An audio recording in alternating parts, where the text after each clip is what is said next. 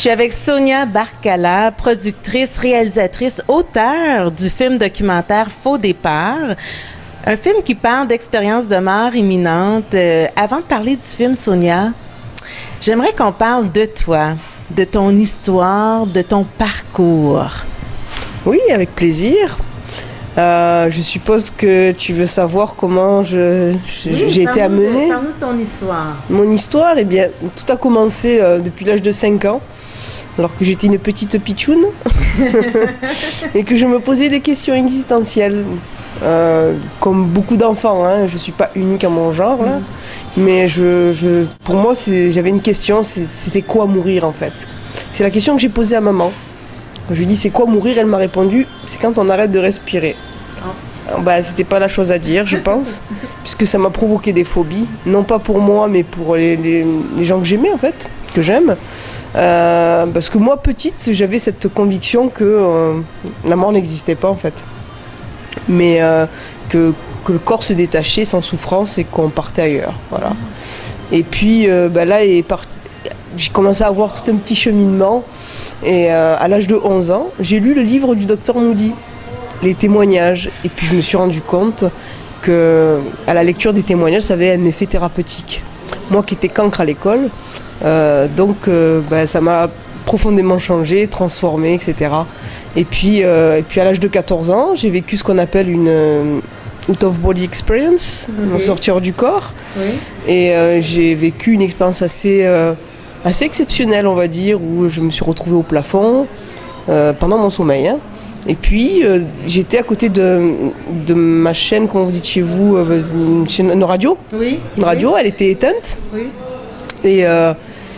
Et quand je me suis approchée de la radio, je me suis aperçue que je créais des interférences. C'est-à-dire que j'entendais les radios défiler les unes après les autres, les animateurs parler. Je me suis arrêtée à une chanson qui n'est pas anodine, qui est la chanson de Goldman qui s'appelle Pas toi, parce que c'était la chanson de mon premier amour. Okay. Et puis je l'écoutais du début jusqu'à la fin.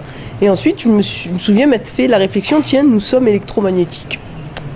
Enfin, pourquoi j'ai dit ça, pourquoi j'ai pensé ça. Anyway, comme vous dites chez vous, j'ai continué à flotter, et puis l'expérience s'est arrêtée là. Le lendemain, j'en avais parlé à maman, elle m'a dit « Oh, t'as dû halluciner ». J'en ai parlé avec une amie du collège qui m'a ridiculisée, et j'ai arrêté d'en parler à ce moment-là. Et ensuite, j'ai envie de dire que tout s'est déclenché réellement entre 16 et 18 ans. Quand j'étais au lycée, j'ai fait une crise d'adolescence qui a failli mal tourner, puisque j'ai failli mettre fin à mes jours. Mais il faut replacer dans le contexte. J'avais eu un chagrin d'amour, j'avais un mal-être, et puis la loi des séries, il n'y a rien qui marche. Puis surtout, j'avais du mal à me projeter dans l'avenir. Je ne savais pas ce que je pouvais faire, je ne me voyais pas être secrétaire ni commerciale, puis la vie finalement n'avait pas de sens. Donc je réfléchissais comment je pouvais me supprimer, et surtout pas me rater, quoi. Voilà. Mais j'ai eu la chance en fait de tomber sur un film documentaire, qui n'est autre que l'adaptation du livre du docteur Moody, La vie après la vie. Et quand j'ai vu ce film documentaire, là, ça a été vraiment très fort. Ça a été le déclic, j'avais tellement d'admiration pour ce psychiatre américain qui parlait de ce sujet-là sans tabou, et surtout par rapport à ces témoignages qui m'ont vraiment éveillé, qui m'ont pris aux tripes, comme si quelque chose qui nous parlait au fond, là, qui nous réveille quelque chose, voilà. Donc j'ai été touchée par la sincérité des témoignages de ces gens qui disaient qu'ils n'avaient plus peur de mourir, que pour eux maintenant l'important c'était d'aimer et d'être aimé. Ils disaient qu'ils voulaient être moins égoïstes, ils disaient qu'ils voulaient aider un maximum de personnes. Enfin, pour moi j'en pleurais quoi, quand je regardais ce film, j'en pleurais. Alors c'est sûr que l'admiration pour le docteur Moody, d'habitude c'est des rockstars lorsqu'on est une idole là. Je connais pas beaucoup de psychiatres qui ont autant de modélisé, d'admiration pour un psychiatre. Oui, c'est rare. C'est rare, hein, c'est une rockstar, c'est que dans le milieu des EMI que tu vois ça. Surtout à 18-20 ans. C'est ça, ouais. Sauf que je suis pas seule dans le cas, je peux te dire qu'il y a des gens qui sont venus très loin là pour le rencontrer quand on fait des conférences en France. Et donc, voilà, j'ai eu la première conséquence de la visionnage de ce film, c'est que ça m'a fait renoncer à me suicider. Et ensuite, je me suis dit, ça y est, je sais ce que je veux faire de ma vie. Un jour, je ferai un film et j'irai plus loin au niveau scientifique. Je ferai un film sur les EMI avec de la recherche scientifique, etc. Puis voilà, j'avais découvert un objectif. J'ai voulu relever un défi, un challenge, et j'ai commencé une enquête qui a duré plus de 4 ans. Voilà. Alors, on peut dire que ce film-là a été un déclic dans ta vie. Ça t'a amené vraiment à trouver un sens à ta vie? Exactement, ça m'a animée. C'est la flamme qui me manquait pour revivre, etc. Et c'est une aventure humaine exceptionnelle. J'ai pu rencontrer des gens fabuleux, des témoins, des spécialistes. J'avais une boulimie de lecture. Je lisais tout ce qui était attrait à la mort ou aux expériences de mort imminente, etc. Et c'est comme ça qu'en mai 2005, j'ai eu la chance de rencontrer mon idole, Raymond Moody, à Montréal.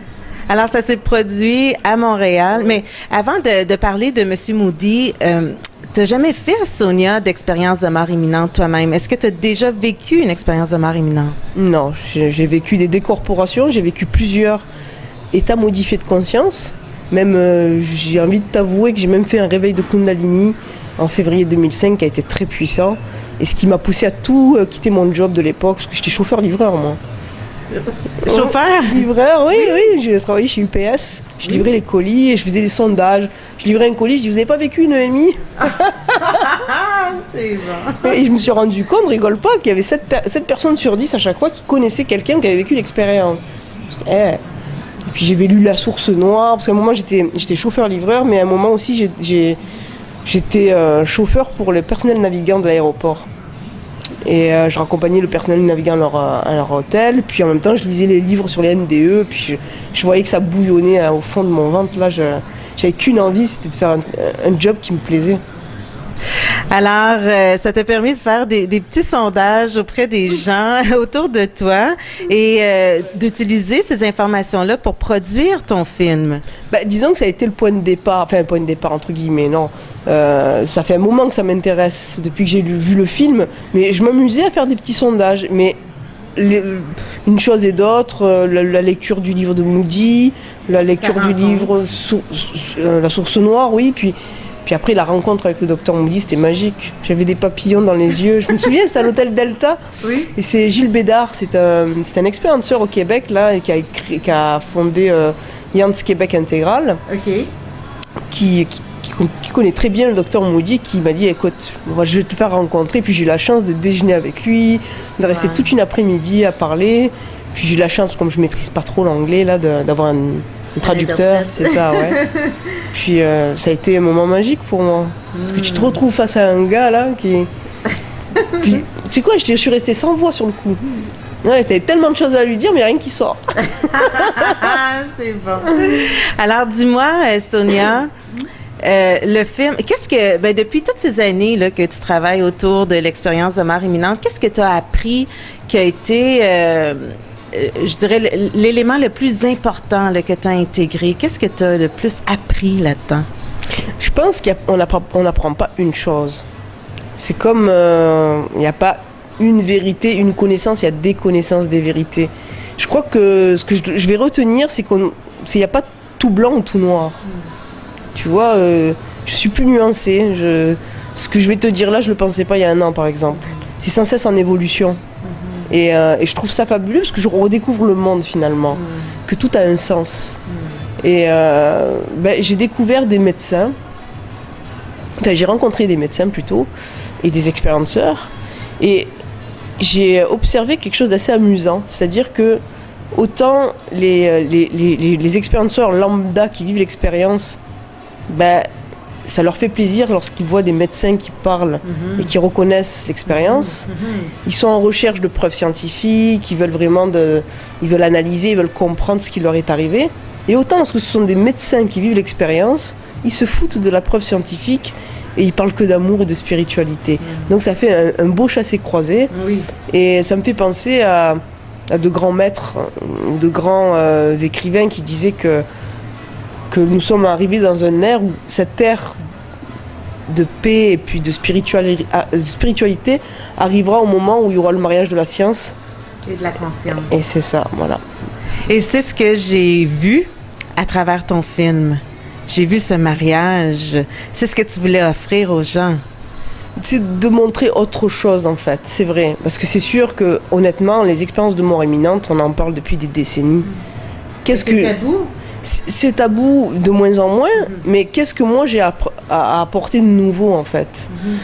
Disons que j'ai plus donné la parole à des gens qui sont sur le terrain, qui sont en première ligne, des infirmières, des neurologues, des cardiologues, etc., qui ont pu recueillir des témoignages de leurs patients et aussi qui ont vécu eux-mêmes l'expérience. Et je peux te dire que ça change tout. Ça me fait penser par exemple à l'histoire des météorites. Est-ce que tu te souviens comment on a découvert les météorites? Non. Je vais te raconter ça. Oui. Disons que il y a une certaine époque, il y a des paysans qui se plaignaient qu'il y avait des pierres qui tombaient du ciel. Ils se disaient, mince alors, ces paysans ils racontent n'importe quoi. Depuis la théorie de Newton, on sait très bien que les pierres ne tombent pas du ciel. Mais il y avait beaucoup de témoignages, des milliers et des milliers, et l'Académie des sciences ne voulait pas prendre en compte ces témoignages. Ils disaient ces paysans, ce sont des illuminés, ce sont des fous, etc. Jusqu'au jour où un membre de l'Académie des sciences qui se trouvait dans un champ a vu tomber une météorite. Et puis il a pris un morceau pour faire des analyses, et puis il a vu que la composition était différente, et c'est comme ça qu'on a découvert les météorites. Eh bien, les EMI, c'est pareil. C'est-à-dire qu'à croire qu'il faut être un membre de l'establishment scientifique, si tu veux, d'être médecin, reconnu, etc., et puis vivre l'expérience pour avoir un autre regard, pour s'y intéresser, pour faire avancer les choses, la recherche, etc. C'est exactement pareil. Oui, j'allais te demander justement, as-tu l'impression qu'on a donné trop notre pouvoir à la science et pas assez à l'invisible, puis à ce qu'on ne voit pas nécessairement avec les yeux? Non, je pense que c'est nécessaire d'avoir un garde-fou. C'est bien d'avoir des sceptiques. C'est très très bien parce que honnêtement, c'est ce que je te disais au départ, on n'est plus dans un monde ou tout blanc ou tout noir, on doit travailler ensemble. Et lorsque c'est dans un débat respectueux, tu vois que ça peut changer, que ça peut évoluer et que ça peut beaucoup apporter pour tout le monde, quoi. Voilà, je pense que les sceptiques sont un véritable garde-fou qu'il ne faut pas négliger. Et la science, ça reste la science. C'est normal qu'il faut des preuves, c'est normal qu'il faut un cadre, etc. pour pas que ça dépasse ou que ça... Comment on appelle ça que ça puisse exagérer, voilà, que ça exagère et qu'on dépasse un peu. Parce que ça peut devenir dangereux après, voilà, s'il n'y a pas un cadre mieux structuré. Qu'est-ce que tu as envie de créer après avoir fait ce genre de documentaire, d'expériences de mort imminente? Est-ce que tu veux toujours parler des expériences de mort imminente ou si tu veux aussi parler de d'autres sujets qui seraient en lien avec ce phénomène? Oui, je pense que j'ai plus le goût, comme vous dites chez vous, de parler des sujets qui sont en lien. Pour moi, les EMI, c'est un point de départ. Maintenant, c'est sûr, quand j'ai voulu faire ce film, quand j'ai eu ce déclic, mon objectif était de toucher un maximum de personnes. Moi aussi, comme j'ai été touchée, comme j'ai été sauvée, je me suis dit, il faut partager, quoi. J'irai plus loin avec cet aspect scientifique, parce qu'à l'époque, c'est ce qui manquait dans ce film-là. Mais ce qui était normal, c'est qu'il n'y avait pas des études comme il y en a maintenant. Et en même temps, je suis très fière de voir que mon film est utilisé dans les unités de soins palliatifs, qu'il est utilisé dans le cadre des diplômes universitaires, dans les CHU pour les étudiants en cardiologie, etc. Ouais. Donc il a un destin qui m'échappe, mais je fais confiance. Même si je sais que mon film n'a jamais été diffusé en télé, peut-être parce que c'est pas le moment, peut-être que c'était pas son chemin. Qu'importe, je sais qu'il a touché des milliers de personnes. Mais en tout cas, oui, il y a des tas de sujets connexes en rapport avec la mort. Par exemple, quand on parlait de la mort aux enfants, ce que j'ai retenu du message finalement, on va dire le plus important, ou les messages, c'est que ça se situe à deux niveaux. Le message humain, qui est de ne plus avoir peur de la mort. Parce que tu sais, autant en soins palliatifs, on fait réparer. On répare quelque chose. On essaye d'apaiser les gens en fin de vie pour qu'ils partent dans les meilleures conditions. Et le message des expérienceurs, c'est dire, attention, j'ai frôlé la mort, je n'ai plus peur de la mort, donc ils n'ont plus peur de la vie parce que ça les a transformés, leur échelle de valeur a été bousculée comme c'est pas possible, qui fait que quand je me rappelle ma propre expérience, je me dis, oui, pourquoi on ne donnerait pas aux enfants une autre vision de la mort? On proposerait, en tout cas, c'est important de dire proposer une autre vision de la mort et pas de les conditionner dans une espèce de manque de peur, de crainte, etc. Puisque les petits bouts de chou, là, ce sont eux les citoyens de demain. C'est eux qui vont former notre nouvelle société. C'est comme les étudiants en médecine. Si on leur donne d'autres éléments pour avoir une autre posture face à des patients, les patients de demain auront un médecin à qui ils pourront parler. Et ils vont être plus en confiance, etc. C'est beau. En fait, c'est d'ouvrir les consciences à partir du film pour que les gens puissent apprivoiser la vie et la mort. C'est ce que tu veux offrir avec ce film-là? Oui, c'est sûr que la mort, c'est une réalité, on le sait. Maintenant, heureusement qu'il y a la mort, parce que c'est ce qui rend la vie plus précieuse finalement, tu sais. Et je cherche pas à savoir ce qui se passe après, honnêtement. Tu sais, c'est comme une acceptation philosophique de dire voilà, elle est là. Si on pense qu'il y a une vie après la mort, tant mieux, il vaut mieux le penser, même si on n'a pas de preuves. Et c'est pas du ressort de la science de prouver qu'il existe une vie après la mort. Mais c'est très important de l'intégrer, de l'accepter pour mieux le vivre au quotidien. Parce que le plus important, c'est ici et maintenant. C'est pas ce qui va se passer, c'est pour ça qu'il faut en profiter et puis améliorer les relations avec les autres, quoi. Dans le film, à plusieurs reprises, on voyait les gens mentionner qu'ils avaient peur de passer pour fous en racontant leur expérience de mort imminente. Est-ce que le film peut aussi servir à aider les gens qui vivront ces expériences-là à en parler ouvertement? Je sais que... Mais ça, c'est par rapport aux commentaires que j'ai pu récolter des gens qui ont pu voir le film. Ça les a beaucoup aidés. Ça les a apaisés. Il offre à des gens qui ont perdu des proches. Je suis toujours touchée quand il offre aussi à Noël, par exemple. Offrir un film sur la mort. Mais il offre tellement avec cœur. Et ce que j'ai découvert, c'est que les gens sont foncièrement bons, en fait. Quand un de leurs proches, de leurs amis perdent un parent, etc., ils cherchent tout ce qu'ils peuvent trouver pour rassurer l'autre, etc. Enfin, j'ai beaucoup été touchée par ça. Oui, le film va dans ce sens, en tout cas, d'être un outil thérapeutique. Alors, le projet Faux départ, c'est un rêve que tu as chéri pendant plusieurs années. En ce moment, c'est quoi le rêve que tu chéris? J'en ai plusieurs, en fait. Parce que autant j'ai même produit une chanson sur les NDE. Oui. Ouais, elle s'appelle Si c'était à refaire, c'est la chanson qui est à la fin du film. Oui. C'est une Québécoise qui chante en plus, Mélanie Noël de Tilly. Je suis contente pour le projet avec les enfants d'utiliser de parler de la mort aux enfants, les outils pédagogiques, etc. Tout ça c'est en place maintenant. J'ai un projet de web télé. Pour traiter plus en profondeur ces thèmes-là. J'espère bien innover, en fait. Je veux vraiment faire quelque chose de nouveau, plus en profondeur, sur des sujets qui sont très peu ou mal connus. Parce que la plus grosse difficulté dans ces thèmes-là, c'est d'enlever tous les amalgames et les préjugés qu'on a. Parce que souvent, quand on parle de EMI, tout de suite, on fait vite des conclusions sur la vie après la mort, etc. Alors que le message, il est plus subtil que ça. Il est plus simple, même. Alors, Sonia, pour que les gens puissent se procurer ton film, ils peuvent se diriger sur ton site Internet? Alors, en général, oui, pour les Européens, etc., c'est s17production.com.